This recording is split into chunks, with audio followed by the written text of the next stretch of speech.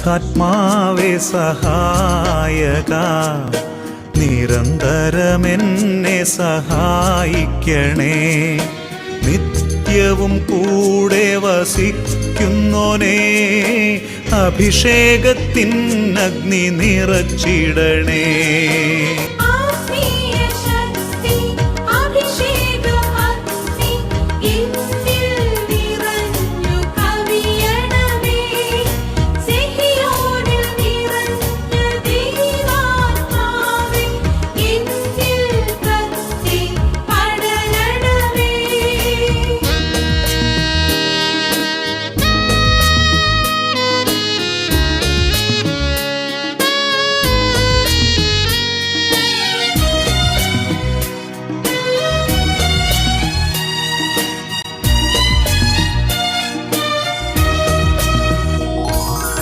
എന്നുള്ളിൽ നിറയുന്ന ദൈവിക ശക്തി ലൗകിക ശക്തിയെ തകർത്തിടുന്നു.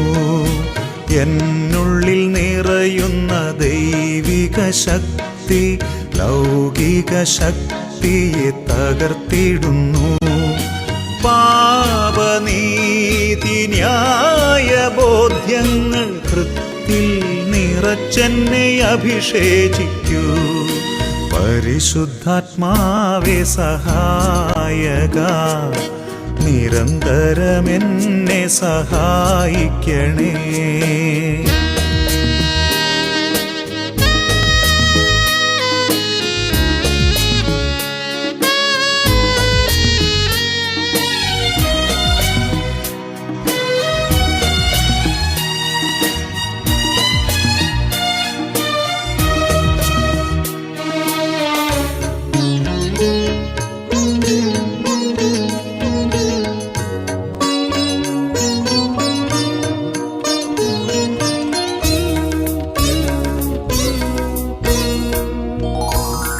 വചനം പഠിക്കുവാൻ കൃപ ചൊരിയണമേ, അനുസ്മരിച്ചിടാനും വരമരുളൂ. ദൈവപുത്രന് സാക്ഷ്യമേകാൻ അഭിഷേക അഗ്നിയെ ജ്വലിപ്പിച്ചിടൂ.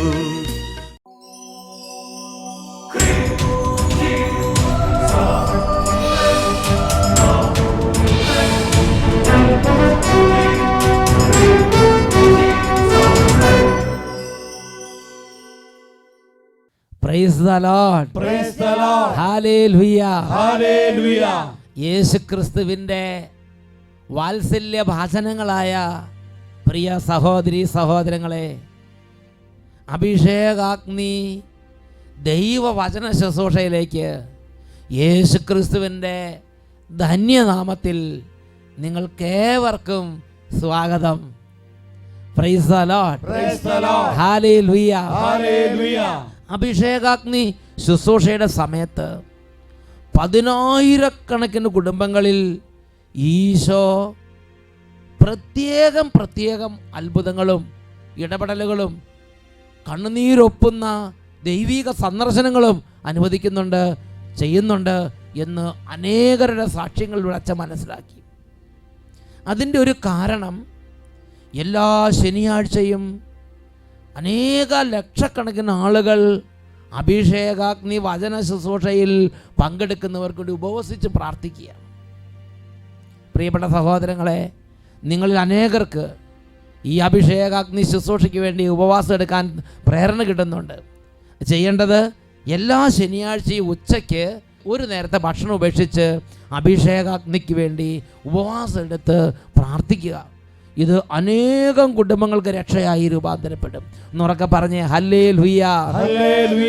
ലക്ഷോപലക്ഷം ദൈവമക്കളുടെ ഒരു കൂട്ടായ പരിശ്രമമാണ് ഉപവാസത്തിലൂടെയും പ്രാർത്ഥനയിലൂടെയും മറ്റ് ഓരോ ടെക്നിക്കൽ സപ്പോർട്ടിലൂടെയൊക്കെയുള്ള ലക്ഷോപലക്ഷം ജനങ്ങളുടെ കൂട്ടായ പരിശ്രമഫലമായിട്ടാണ് അഭിഷേകാഗ്നി ശുശ്രൂഷ ദൈവമക്കളുടെ കൺമുമ്പിലെത്തുന്നത്. ഈ സമയം അതിൻ്റെ അനുഗ്രഹം മക്കളെ നിങ്ങൾക്ക് ലഭിക്കും. എന്നുറക്കെ പറഞ്ഞേ ഹല്ലേലൂയ. ദൈവത്തെ ആരാധിച്ചുകൊണ്ട് ഇന്നത്തെ വചന ശുശ്രൂഷയിലേക്ക് നമ്മൾ പ്രവേശിക്കുകയാണ്. എല്ലാവരും എഴുന്നേറ്റ് നിൽക്കുക. അപ്പൻ, അമ്മ, മക്കള്, കുടുംബം ഒരുമിച്ച് എഴുന്നേറ്റ് നിൽക്കുകയാണ്. ഒരു നല്ല ദൈവാരാധനയിൽ നന്നായി പങ്കെടുക്കുമ്പോൾ അവിടെ ദൈവത്തിൻ്റെ നാമത്തിൽ ഡെലിവറൻസ് ഉണ്ട്, യേശുവിൻ്റെ നാമത്തിൽ അത്ഭുതങ്ങളുണ്ട്, യേശുവിൻ്റെ നാമത്തിൽ അനോയിൻറ്റിംഗ് ഉണ്ട്, യേശുവിൻ്റെ നാമത്തിൽ പരിശുദ്ധാത്മ വരദാനങ്ങൾ വർഷിക്കപ്പെടുന്നുണ്ട്. 2 കരങ്ങൾ ഉയർത്തി മക്കളെ, ഏത് അവസ്ഥയിലാണ് നിങ്ങളുടെ ഹൃദയമെങ്കിലും ഇപ്പോൾ ദൈവത്തിൽ ശരണം വെക്കുക. കൈകൾ ഉയർത്തി ഉച്ചത്തിൽ സ്തുതിക്കുന്നു. Hallelujah, hallelujah, hallelujah, glory, glory, glory, glory, glory, glory, glory, glory. Fire, fire, fire. ആരാധിക്കും എന്റെ ദൈവത്തെ ഞാൻ പൂർണ്ണ മനസ്സോടെ. എല്ലാ മക്കളും കൈയടിച്ച് ആരാധിക്കും എന്റെ ദൈവത്തെ ഞാൻ പൂർണ്ണ ഹൃദയമോടെ. ആരാധിക്കും എന്റെ ദൈവത്തെ ഞാൻ പൂർണ്ണ മനസ്സോടെ. ആരാധിക്കും എന്റെ ദൈവത്തെ ഞാൻ പൂർണ്ണ ഹൃദയമോടെ. ഉണർവോടെ ആരാധിക്കും എന്റെ ദൈവത്തെ ഞാൻ പൂർണ്ണ ശക്തിയോടെ. കൈയടിച്ച് ആരാധിക്കും എന്റെ ദൈവത്തെ ഞാൻ പൂർണ്ണ ശക്തിയോടെ. ആരാധിക്കും എന്റെ ദൈവത്തെ ഞാൻ പൂർണ്ണ മനസ്സോടെ. ആരാധിക്കും എന്റെ ദൈവത്തെ ഞാൻ പൂർണ്ണ ഹൃദയമോടെ. ഇപ്പോൾ ഈ സമൂഹത്തിലേക്ക് ഇടപെടണമേ. എല്ലാ ബാലികാ ബാലന്മാരെയും വിദ്യാർത്ഥിനികളെയും കുടുംബങ്ങളെയും ദേശങ്ങളെയും സമർപ്പിക്കുന്നു. തകർന്ന കുടുംബങ്ങളിലേക്ക് വരണമേ കർത്താവേ. വേദനിക്കുന്ന ആത്മാക്കളുടെ ജീവിതങ്ങളിലേക്ക് ഇടപെടണമേ കർത്താവേ. കരങ്ങൾ ഉയർത്തി എല്ലാ ദൈവമക്കളും ഉച്ചത്തിൽ സ്തുതിക്കുന്നു. Hallelujah, hallelujah, glory, glory, glory, glory, glory, glory, glory, glory. ഓ അത്ഭുതത്തിന്റെ ശക്തിയേ, കൃപയുടെ ദൈവമേ, മഹത്വത്തിന്റെ കർത്താവേ, അത്ഭുതകരമായി കോട്ടകളെ തകർക്കുന്നവനെ, പാപാന്തകാരം നീക്കുന്നവനെ, ദുഃഖഭാരങ്ങൾ ഏറ്റെടുക്കുന്നവനെ, ഹൃദയങ്ങളെ ആശ്വസിപ്പിക്കുന്നവനെ, ഇപ്പോൾ വ്യാപരിക്കണമേ. ഇപ്പോൾ ഞങ്ങൾ അരികിലേക്ക് വരണമേ. ഇതാ ഞങ്ങൾ നിലവിളിക്കുന്നു, ഇതാ ഞങ്ങൾ നിലവിളിക്കുന്നു. ഇപ്പോൾ വരണമേ, ഇപ്പോൾ വരണമേ, കണ്ണുനീരൊപ്പണമേ. Hallelujah, hallelujah, hallelujah, hallelujah. യേശുവേ ആരാധന, ആരാധന, യേശുവേ ആരാധന, യേശുവേ സ്തോത്രം, യേശുവേ നന്ദി. ഈശോ മിശിഹായുടെ എല്ലാ വാഗ്ദാനങ്ങൾക്കും ഞങ്ങൾ യോഗ്യരാകുവാൻ സർവേശ്വരന്റെ പരിശുദ്ധ നാമത്താലേ ഞങ്ങൾക്ക് വേണ്ടി അപേക്ഷിക്കണമേ. നിത്യം പിതാവും പുത്രനും പരിശുദ്ധാത്മാവുമായ സർവേശ്വര എന്നേക്കും ആമേൻ. ഈശോ മിശിഹായ്ക്ക് സ്തുതിയായിരിക്കട്ടെ. Praise the Lord, praise the Lord. എല്ലാവരും ഇരിക്കുക. പ്രിയപ്പെട്ട ദൈവമക്കളെ, അച്ഛന് വളരെ സന്തോഷമുണ്ട്.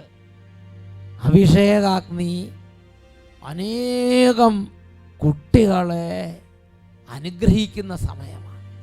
ഈശോ കുട്ടികളെ കൈകളിലെടുത്ത് ആശ്വസിപ്പിക്കുന്ന സമയമാണ്. അച്ഛന് വളരെ സന്തോഷമുണ്ട്. ഈ വചന ശുശ്രൂഷയുടെ സമയത്ത് യേശു കണ്ണുനീരിൽ കുതിർന്ന അനേകരുടെ കണ്ണുനീരൊപ്പി ആശ്വസിപ്പിക്കുന്നുണ്ട്. ഇന്ന് നമ്മൾ ചിന്തിക്കുന്ന വിഷയം, അടിത്തറ തകർന്നാൽ നീതിമാൻ എന്ത് ചെയ്യും? സങ്കീർത്തന പുസ്തകത്തിൽ 11-ാം അധ്യായത്തിൽ 3-ാമത്തെ തിരുലിഖിതം, സാംസ് ചാപ്റ്റർ 11 വേഴ്സ് 3, അടിത്തറ തകർന്നാൽ നീതിമാൻ എന്ത് ചെയ്യും? നമ്മുടെ ജീവിതങ്ങളിൽ എല്ലാ നാളുകളിലും ജീവിതം ഒരുപോലെ ആയിരിക്കില്ല. ചില പ്രത്യേക കാലഘട്ടങ്ങളിൽ എല്ലാം കൈവിട്ടു പോകുന്നത് പോലെ അനുഭവപ്പെടും. കൂട്ടിയാ കൂടാത്ത ദിവസങ്ങളും കാലങ്ങളും സമാഗതമാകും. ഒരിടത്തും കാലുറയ്ക്കുന്നില്ല. ഓരോ തരത്തിലുള്ള അനർത്ഥങ്ങൾ, പല തരത്തിലുള്ള ദുഷ്ടന്മാരുടെ ഉപദ്രവങ്ങൾ, ശത്രുക്കളുടെ ശല്യങ്ങൾ, കടബാധ്യത, രോഗബാധ, ക്യാൻസർ, വലിയ തരത്തിലുള്ള പ്രശ്നങ്ങൾ, അപ്പോൾ എന്ത് ചെയ്യും? സങ്കീർത്തന പുസ്തകം 11-ാം അധ്യായം വായിച്ചപ്പോൾ അവിടെ ദൈവത്തിൻ്റെ ആത്മാവ് ഒരു ജ്ഞാനം വെളിപ്പെടുത്തുകയാണ്. ഞാൻ കർത്താവിനെ ആശ്രയിക്കും. ദൈവത്തിൻ്റെ പൈതൽ ഇങ്ങനെ ഒരു കാര്യം പ്രഖ്യാപിക്കുമ്പോൾ അദ്ദേഹം വേറൊരു പ്രശ്നം നേരിടുകയാണ്. അദ്ദേഹത്തിന് ചുറ്റും ശത്രുക്കൾ കുമിഞ്ഞുകൂടി അദ്ദേഹത്തെ ഞെരുക്കി, അദ്ദേഹത്തെ വല്ലാണ്ട് ഒറ്റപ്പെടുത്തി. എന്നിട്ട് അദ്ദേഹം പറയുന്നത് എങ്ങനെയാണ്? പക്ഷിയെപ്പോലെ പർവ്വതങ്ങളിൽ പോയി ഒളിക്കുക എന്ന് നിങ്ങൾക്ക് എന്നോട് എങ്ങനെ പറയാൻ കഴിയും? നിഷ്കളങ്ക ഹൃദയരെ ഇരുട്ടത്തെയ്യാൻ വേണ്ടി ദുഷ്ടന്മാർ വില്ലുകൊലച്ച് അമ്പ് തൊടുത്തുകൊണ്ടിരിക്കുന്നു. ഇങ്ങനെ ഭയങ്കരമായ വിധത്തിൽ ജീവിതം തകർന്ന് ശത്രുക്കളുടെ മനഃപൂർവമായ ശല്യ നിമിത്തം വിഷമിക്കുക. ആ സമയത്ത് ഇങ്ങനെ ഒരു ചോദ്യം ഉയരുകയാണ്. അടിത്തറ തകർന്നാൽ നീതിമാൻ എന്തു ചെയ്യും? ഒരുപാട് പേര് ഇന്ന് പാപത്തിലേക്ക് പോവുകയാണ്. എല്ലാം കൈവിടുമ്പോൾ, പ്രതീക്ഷിക്കാത്തത് സംഭവിക്കുമ്പോൾ ഒരുപാട് പേര് നിരാശയിലേക്ക് പോകുന്നു. ഒരുപാട് പേര് പ്രാർത്ഥന ഉപേക്ഷിക്കുന്നു. ഒരുപാട് പേര് ദൈവത്തെ വിട്ട് ഓടിപ്പോകുന്നു. ഒരുപാട് പേര് പ്രാർത്ഥന ഉപേക്ഷിച്ച് പോകുന്നു. പലർക്കും പ്രാർത്ഥിക്കാൻ പറ്റാതെയാവുന്നു. വിശ്വാസം ഉപേക്ഷിച്ച് പോകുന്നു. ലോകപ്രകാരം നടക്കാൻ വേണ്ടി അനേകരുടെ പിന്നാലെ അവർ വരക്കമായെന്ന് തുടങ്ങും. അങ്ങനെ പല വിധത്തിൽ ഇന്ന് പല ആളുകളും ചെതറിപ്പോവുകയാണ്. എന്നാൽ എന്താണ് ദൈവത്തിൻ്റെ വചനം നമുക്ക് നൽകുന്ന നിർദ്ദേശം? സങ്കീർത്തനം 11:1, Psalms chapter 11 verse 1, ഞാൻ കർത്താവിനെ ആശ്രയിക്കും. എന്താ കാരണം? ഒരു ഉറപ്പ് ഈ ദൈവ പൈതലിന്റെ ഹൃദയത്തിൽ ചെറുപ്പകാലങ്ങളിൽ പരിശുദ്ധാത്മാവ് നിക്ഷേപിച്ച് വെച്ചിട്ടുണ്ട്. മക്കളെ, നമ്മുടെ നല്ല നാളുകളിൽ, നമ്മുടെ കൃപയുടെ നാളുകളിൽ, നമ്മുടെ ജീവിതത്തിൻ്റെ തകർച്ചകൾ വരുമ്പോൾ പിടിച്ചു നിൽക്കാനുള്ള അടിസ്ഥാന ബോധ്യങ്ങളെ പരിശുദ്ധാത്മാവ് നിക്ഷേപിച്ചിട്ടുണ്ട്. അത് നാം കൈവിടരുത്. സങ്കീർത്തനം 11-ാം അധ്യായം 4-ാമത്തെ തിരുലിഖിതത്തിൽ ഈ ജീവിതത്തിൽ എന്താണ് ചെയ്യേണ്ടത് തകർച്ചയുടെ നാളുകളിലെന്ന് പരിശുദ്ധാത്മാവ് നേരത്തെ നിക്ഷേപിച്ച ബോധ്യം സങ്കീർത്തനം 11:4 ദൈവപൈതൽ ഏറ്റുപറയുകയാണ്. കർത്താവ് തൻ്റെ വിശുദ്ധ മന്ദിരത്തിലുണ്ട്. അവിടുത്തെ സിംഹാസനം സ്വർഗത്തിലാണ്. അവിടുത്തെ കണ്ണുകൾ മനുഷ്യമക്കളെ കാണുന്നു. അവിടുന്ന് അവരെ സൂക്ഷ്മമായി നിരീക്ഷിക്കുന്നു. അവിടുത്തെ കണ്ണുകൾ നമ്മുടെ ഓരോ സെക്കൻഡിനെയും സൂക്ഷ്മമായി കണ്ടുകൊണ്ടിരിക്കുന്നു. അവിടുന്ന് എനിക്ക് സഹായം എത്തിക്കും. ഈ ഒരു ഉറപ്പ് നീതിമാന്റെ ഹൃദയത്തിൽ ഇരിക്കുകയാണ്. ഒരു വലിയ പ്രശ്നത്തിൽ കുടുംബം ഈ ഒരു ഉറപ്പിൽ രക്ഷപ്പെട്ട കാര്യം അവർ തന്നെ പറയണം. നമുക്ക് ശ്രദ്ധിക്കാം. എൻ്റെ പേര് ഷെറിൻ. ഞാൻ മുണ്ടകയം തെക്കേമല ഇടവകയിൽ നിന്നാണ് വരുന്നത്. ഞാൻ സാക്ഷ്യം പറയുന്നത് എൻ്റെ മമ്മിക്ക് വേണ്ടിയിട്ടാണ്. കഴിഞ്ഞ വർഷം ഫെബ്രുവരി 10-ാം തീയതി രാത്രി സെൻറ്റ് ആൻ്റണീസ് അഴങ്ങാട് ദേവാലയത്തിൽ നിന്ന് ദിവ്യകാരുണ്യ ആരാധന കഴിഞ്ഞ് മമ്മി തിരികെ വീട്ടിലോട്ട് വരുന്ന സമയത്ത് മമ്മിയെ വിഷം തീണ്ടി. ഭയങ്കരമായിട്ട് വിഷമുള്ള ഇനത്തിൽപ്പെട്ട പാമ്പായിരുന്നു. പെട്ടെന്ന് മെഡിക്കൽ കോളേജ് ആശുപത്രിയിൽ കൊണ്ടുചെന്നു. പക്ഷേ ഡോക്ടേഴ്സ് പറഞ്ഞു ഒരുപാട് സമയം വൈകി, അതുകൊണ്ട് നമുക്ക് ട്രീറ്റ്മെൻ്റ് ഒന്നും ചെയ്യാൻ പറ്റത്തില്ല, എന്ത് വന്നാലും ആളെ കിട്ടത്തില്ല, 99% നിങ്ങൾ പ്രതീക്ഷിക്കേണ്ട. ഇതാ ഈ ആള് മരിച്ചു പോകും, പാമ്പ് കടിച്ചതാണ്, കൈവിട്ടു പോയി, എല്ലാ പരിധിയും കഴിഞ്ഞിരിക്കുകയാണ്, മരിച്ചു പോകും എന്ന് ഡോക്ടർമാർ 100% വിചാരിച്ചിരുന്നു. ശ്വാസം ഉണ്ടെന്ന് മാത്രമേ ഉള്ളൂ, ഒരു കാരണവശാലും കിട്ടത്തില്ല. അതുകൊണ്ട് നിങ്ങൾ എഴുതി തരണം. നിങ്ങളുടെ ഉത്തരവാദിത്തത്തിലാണ് രോഗിയെ ഇവിടെ കിടത്തുന്നത്. എന്ത് വന്നാലും അത് നിങ്ങളുടെ ഉത്തരവാദിത്വമാണ്, അല്ലാതെ ഹോസ്പിറ്റലിന് ഒരു കുഴപ്പം ഉണ്ടാവത്തില്ല എന്ന് എഴുതി തരണമെന്ന് പറഞ്ഞു. അങ്ങനെ എഴുതി കൊടുത്തതിന് ശേഷം അവരെ അഡ്മിറ്റാക്കി ICU കിടത്തി. ഞങ്ങൾക്ക് ഭയങ്കരമായിട്ട് വിഷമം ഉണ്ടായിരുന്നു. കാരണം പപ്പ മരിച്ചു, ഞാനും എൻ്റെ അനിയത്തി മാത്രമേ ഉള്ളൂ, മമ്മിയും കൂടെ മരിച്ചത് ഞങ്ങൾക്ക് ആരുമില്ലാതെ ആകുമല്ലോ ദൈവമേ എന്ന് പറഞ്ഞ് നിലവിളിച്ച് പ്രാർത്ഥിച്ചു. അത് കഴിഞ്ഞുള്ള ദിവസങ്ങളിൽ ദിവസം ഞായറാഴ്ച 8:30 അഭിഷേകാഗ്നി പ്രോഗ്രാമിൻ്റെ സമയത്ത് ഞങ്ങൾ TV-യുടെ മുന്നിൽ ഒരു പേപ്പറിൽ എഴുതി വെച്ചു, ഈശോയെ കൂടുതൽ ആരോഗ്യം ഒന്നും വേണ്ട, എഴുന്നേറ്റ് ഒന്നിരിക്കാൻ മാത്രം ശക്തി തന്നാൽ മതി, ഒന്നും ചെയ്യാൻ വേണ്ട, ഒരാളായിട്ട് ഞങ്ങളുടെ വീട്ടിൽ ഇരിക്കാൻ നീ കൃപ തന്നാൽ മതി, അത് മാത്രം ഞങ്ങൾക്ക് നീ തരണേ ഈശോയെ. അങ്ങനെ വിശ്വാസത്തോടെ അങ്ങോട്ട് TV-യുടെ ഒരു വചനപ്രഘോഷണം നടക്കുമ്പോൾ അഭിഷേകാഗ്നിയുടെ സമയത്ത് എഴുതി വെച്ച് അങ്ങോട്ട് പ്രാർത്ഥിച്ചു. എൻ്റെ 3 വയസ്സുള്ള മോളുണ്ട്, അവളോട് ഞാൻ പറഞ്ഞു, അവൾ വർത്തമാനം പറയാനായില്ല, ഈശോയെ തായ് ഈശോയെ എന്ന് മാത്രമേ അവൾ പറയത്തുള്ളൂ. അപ്പോൾ അവളോട് പറഞ്ഞു, മോനെ നീ പ്രാർത്ഥിക്കുക. അവളും പ്രാർത്ഥിച്ചു, ഈശോയെ തായ് ഈശോയെ, ഈശോയെ തായ് ഈശോയെ എന്ന് അവൾ പ്രാർത്ഥിച്ചു. അങ്ങനെ ഞങ്ങൾ പ്രാർത്ഥിച്ചതിന് ശേഷം മെഡിക്കൽ കോളേജിൽ നിന്ന് അന്നേരം എൻ്റെ അനിയത്തി ഫോൺ വിളിച്ച് പറഞ്ഞു, എടി ചെറുതായിട്ട് യൂറിൻ പാസ് ചെയ്യാൻ തുടങ്ങിയിട്ടുണ്ടെന്ന് പറഞ്ഞു. അങ്ങനെ ഇരിക്കെ ദൈവത്തിൻ്റെ അനന്തമായ അനുഗ്രഹം കൊണ്ട് ഞങ്ങൾക്ക് ഞങ്ങളുടെ സേവ്യർ അച്ഛൻ ഫോൺ വിളിച്ച് പ്രാർത്ഥനാ സഹായം ഞങ്ങൾക്ക് കിട്ടാനിടയായി. അത് ജീവിതത്തിലെ ഏറ്റവും വലിയ അനുഗ്രഹമാണ്. ഫോൺ വിളിച്ചാൽ കിട്ടുക എന്ന് പറഞ്ഞാൽ അത്ര എളുപ്പമല്ല. പക്ഷേ ആ സമയത്ത് ഇവർക്ക് ഫോണിൽ നേരിട്ട് അച്ഛനെ കിട്ടി. അച്ഛൻ പറഞ്ഞു, നിങ്ങൾ മെഴുകുതിരി കത്തിച്ച് വെച്ചിട്ട് 33 വിശ്വാസ പ്രമാണം ചൊല്ലി പ്രാർത്ഥിക്കണം, 3-ാം ദിവസം എഴുന്നേക്കുമെന്ന് പറഞ്ഞു. പക്ഷേ ഇതേ അവസ്ഥയായതുകൊണ്ട് ഞങ്ങൾക്ക് പ്രതീക്ഷയൊന്നുമില്ല. എന്നാലും ഞങ്ങൾ പ്രാർത്ഥിച്ചു, ഈശോയെ നിനക്ക് അസാധ്യമായിട്ടൊന്നുമില്ലല്ലോ, ഞങ്ങൾക്ക് എങ്ങനെയെങ്കിലും മമ്മി ഒന്ന് മിണ്ടാൻ പോലും പറ്റത്തില്ലല്ലോ, എഴുന്നേപ്പിച്ചിരുത്തിയാൽ മതി എന്ന് പറഞ്ഞു. 3-ാം ദിവസമായി രാവിലെ 5:30 മേല് തുടയ്ക്കാൻ കയറി ചെന്നപ്പം ബോധത്തിനും അബോധത്തിനും ഇടയിൽ കിടന്ന എൻ്റെ മമ്മി കട്ടിലിൻ്റെ 2 ഗ്ലാസ്സിലും പിടിച്ച് എഴുന്നേറ്റിരുന്നു. മമ്മി പറഞ്ഞു, ഒരു കുഴപ്പമില്ല, ഒരു കുഴപ്പമില്ല, ഒരു കുഴപ്പമില്ല, നിങ്ങൾ എന്തിനാ വിഷമിക്കുന്നത്, എനിക്കൊന്നും ഇല്ല എന്ന് പറഞ്ഞു. അപ്പൊ മമ്മി ബോധത്തിലാണോ അബോധത്തിലാണെന്ന് അറിയാൻ പാടില്ല. എഴുന്നേറ്റിരുന്ന് പറഞ്ഞു, എനിക്കൊരു കുഴപ്പമില്ല, നിങ്ങൾ ഇതിനെ പേടിക്കണത്, എനിക്കൊരു പ്രശ്നമില്ലെന്ന് പറഞ്ഞു എഴുന്നേറ്റിരുന്നു. ഞങ്ങൾ മമ്മിയോട് പറഞ്ഞു, മമ്മി രാത്രിയിലൊക്കെ ആരാധനയ്ക്ക് പോയിട്ടല്ലേ? അപ്പൊ മമ്മി പറഞ്ഞു, ഞാൻ ദൈവത്തിന്റെ അടുത്തോട്ടല്ലേ പോയി, എനിക്കൊന്നും വരത്തില്ല, തമ്പുരാൻ അറിയാതെ ഒന്നും വരുത്തത്തില്ലല്ലോ, ഇപ്പോഴും ഒന്നും വന്നില്ലല്ലോ, ഇനിയും ഞാൻ പോകുമെന്ന് പറഞ്ഞു അവിടുന്ന് തന്നെ. അതിനുശേഷം അവർ ഡോക്ടേഴ്സ് പറഞ്ഞായിരുന്നു 1.5 മാസത്തോളം ഡയാലിസിസ് വേണമെന്ന്. 1 വട്ടം ഡയാലിസിസ് ജീവിതത്തിൽ വേണ്ടി വന്നിട്ടുള്ളൂ. പിന്നീട് 1 വട്ടം കൂടെ തമ്പുരാൻ ഇടയാക്കിയില്ല. ദൈവത്തിന് ഡയാലിസിസ് പോലും ഇല്ലാതെ ഈശോ അത്ഭുതമായ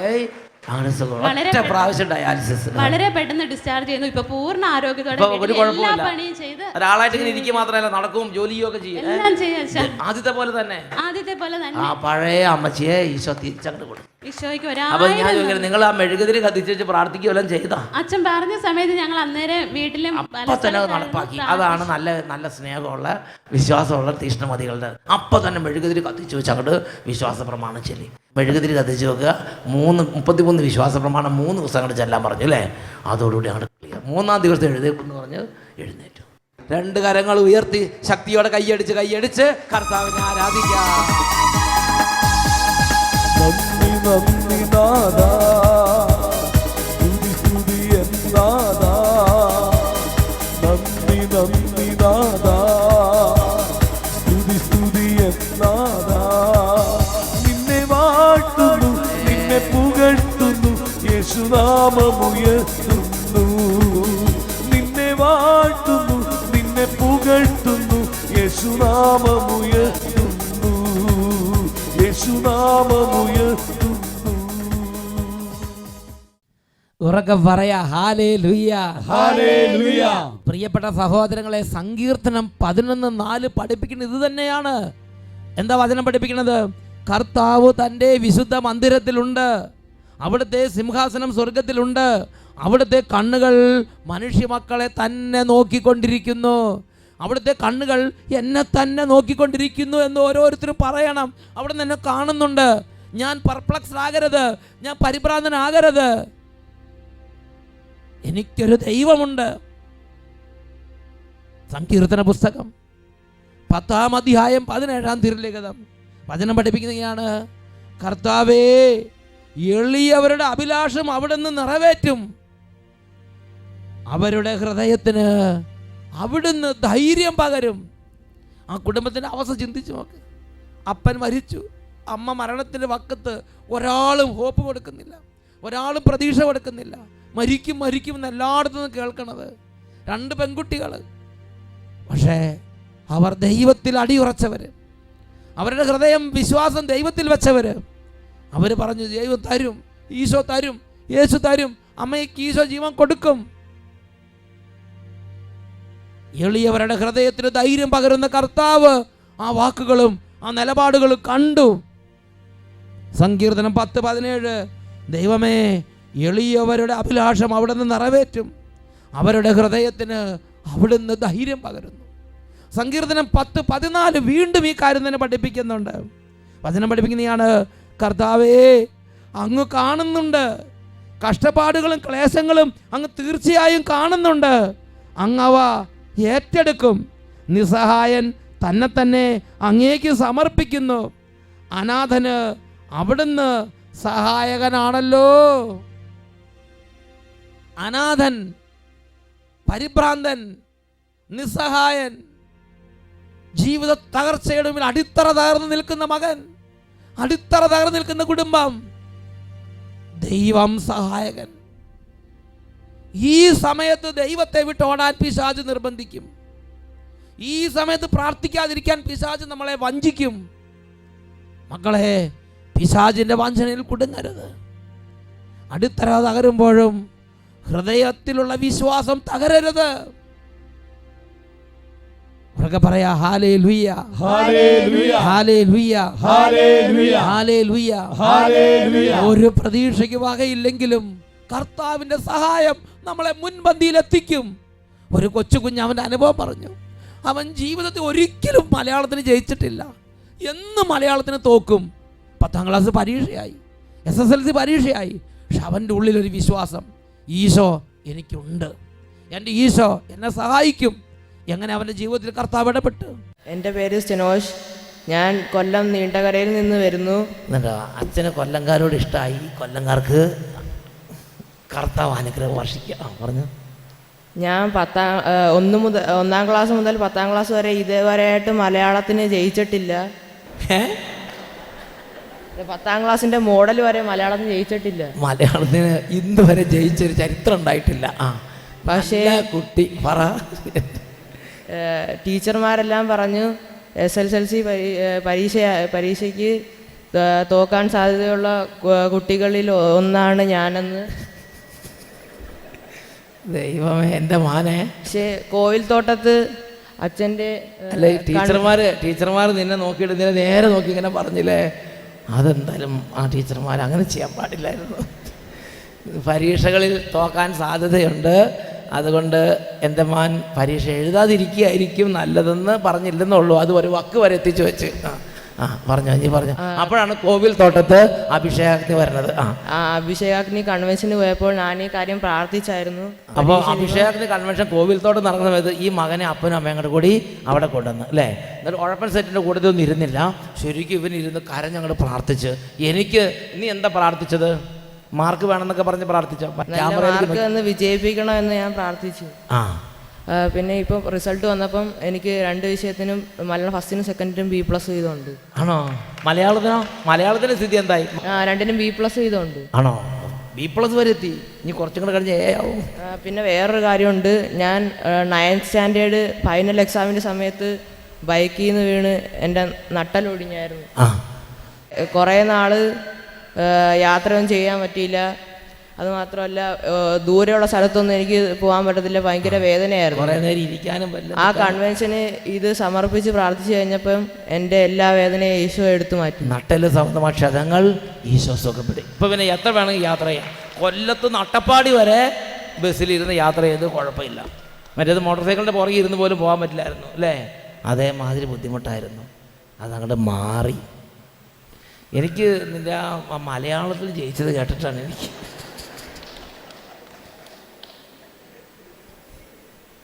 നീ ഇങ്ങോട്ട് വന്നേ. ഈ മലയാളം നിനക്ക് ഭയങ്കര ഒരു മലയാളം എന്ന് കേൾക്കുമ്പോൾ തന്നെ ചെറിയ പേടിയുണ്ട് അല്ലേ? ഉണ്ട്. ആണോ? ഇപ്പം അത് ചേട്ടൻ പരീക്ഷയ്ക്ക് ജയിച്ചപ്പോൾ നിനക്ക് നല്ല സന്തോഷമായോ? ഭയങ്കര സന്തോഷമായി. ആദ്യമായിട്ടാണ് ജയിക്കുന്നല്ലേ? യെസ്. ആ മലയാളത്തെ പേടി കൊണ്ട് ഇംഗ്ലീഷിൽ തന്നെ സംസാരം. എന്തായാലും നിൻ്റെ അപ്പനും അമ്മയും നിന്നെ പ്രാർത്ഥനയ്ക്ക് കൊണ്ടുവന്നത് അത് നിനക്ക് വലിയ അനുഗ്രഹമായി കേട്ടോ. ഇനി നീ പ്രാർത്ഥനയിൽ നിന്ന് പുറത്ത് പോകരുത്. എപ്പോഴും പ്രാർത്ഥിച്ചുകൊണ്ടിരിക്കണം കേട്ടോ. കൊന്ത ചെല്ലണം, സന്ധ്യാപ്രാർത്ഥനയ്ക്ക് കൂടണം, പള്ളിയിൽ പോകണം കേട്ടോ. ശരിയല്ലേ? ചെയ്യില്ലേ? ചെയ്യും. അതുകൊണ്ടാണ് കൊല്ലത്തുനിന്ന് അവിടെ നിന്ന് പോന്ന ആളുകളുടെ കൂട്ടത്തിൽ ഇവൻ ഇവിടെ വന്ന് സാക്ഷ്യപ്പെടുത്തുന്നത്. നിൻ്റെ പേരും കാര്യങ്ങളൊക്കെ ഒന്ന് പറഞ്ഞ്. പേരെന്താ? സ്റ്റെനോഷ്.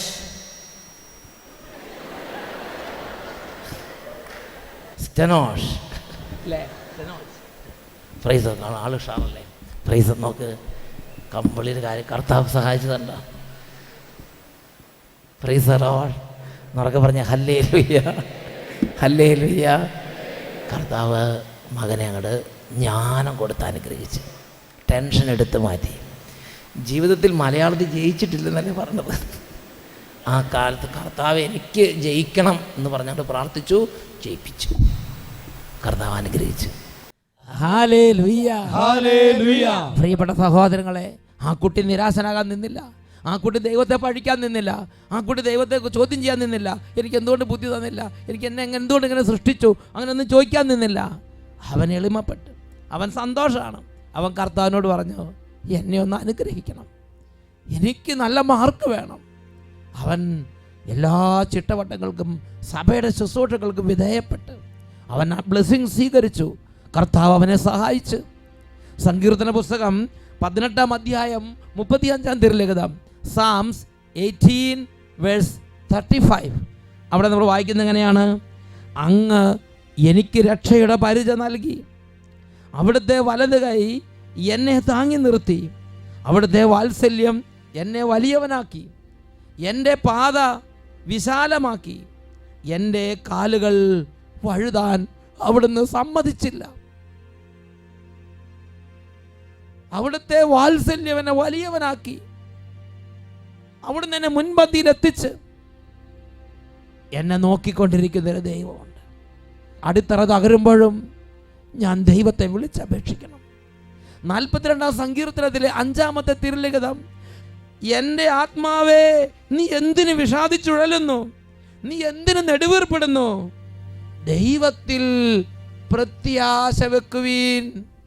സാംസ് 42:5. ദൈവത്തിൽ പ്രത്യാശ വെക്കുക. ഈ സമയം എഴുന്നേറ്റ് നിന്ന് പരിശുദ്ധ കുർബാനയുടെ മുമ്പിൽ, ആരാധന മുമ്പിൽ ഹൃദയം നുറുങ്ങി നമുക്ക് പ്രാർത്ഥിക്കാം.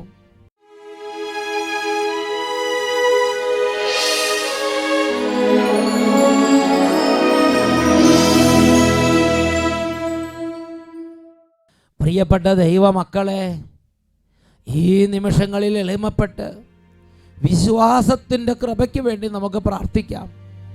നമ്മുടെ പൂർവികർ ജീവിതത്തിൻ്റെ അടിത്തറകൾ തകർന്നപ്പോഴും വിശ്വാസത്തിൻ്റെ ബലത്തിൽ അവർ വീണ്ടും ജീവിതം പടുത്തുയർത്തി.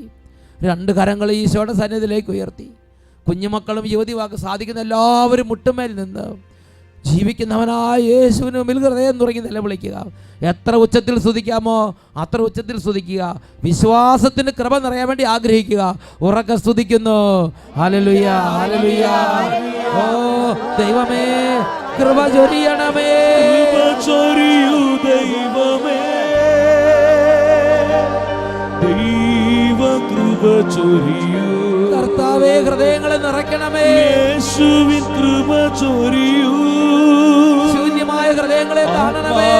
കൃപ ചൊരിയൂ. വിശ്വാസത്തിന്റെ തീ നിറയ്ക്കണമേ. കൃപ ചൊരിയൂ ദൈവമേ, സകല ഹൃദയങ്ങളെ സ്പർശിക്കണമേ. ദൈവ കൃപ ചൊരിയൂ. യേശുവിൻ കൃപ ചൊരിയൂ. അത്യുന്നത ദൈവശക്തി ഇപ്പോൾ വ്യാപരിക്കുന്നു. ആത്മാവിൻ കൃപ ചൊരിയൂ. ആത്മാവിൻ കൃപ ചൊരിയൂ. ആത്മാവിൻ കൃപ ചൊരിയൂ. ആത്മാവിൻ കൃപ ചൊരിയൂ.